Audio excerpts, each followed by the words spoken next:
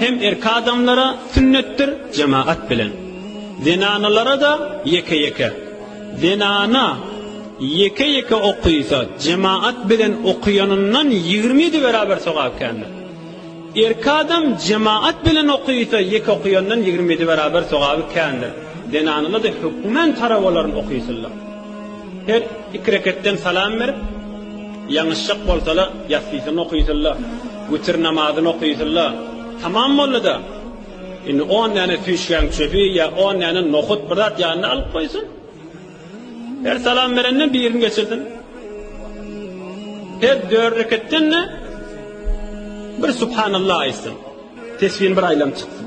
Ya bir Elhamdülillah ayet çıksın. Ya Allahu Ekber ayet çıksın. Her 4 reketten oturan yerine Subhanallah, Subhanallah, Subhanallah. Ya Elhamdülillah, Elhamdülillah. Ya bir sefer Kur'an her nameste ol ya. Her 4 reketten oturup tesbih, Elhamdülillah ya Kur'an'a meşgul olamalı. Yani hükmen sünnettir. Bir adam Ramazan ayın günlüğünü Hudayım farz etti deyip tutsa, akşam taravani Peygamberimizin sünneti deyip okuysa, eneden nokma günahdan pek bollu deyip aytıyor. Sahih hadis Peygamberimizin aytıyor.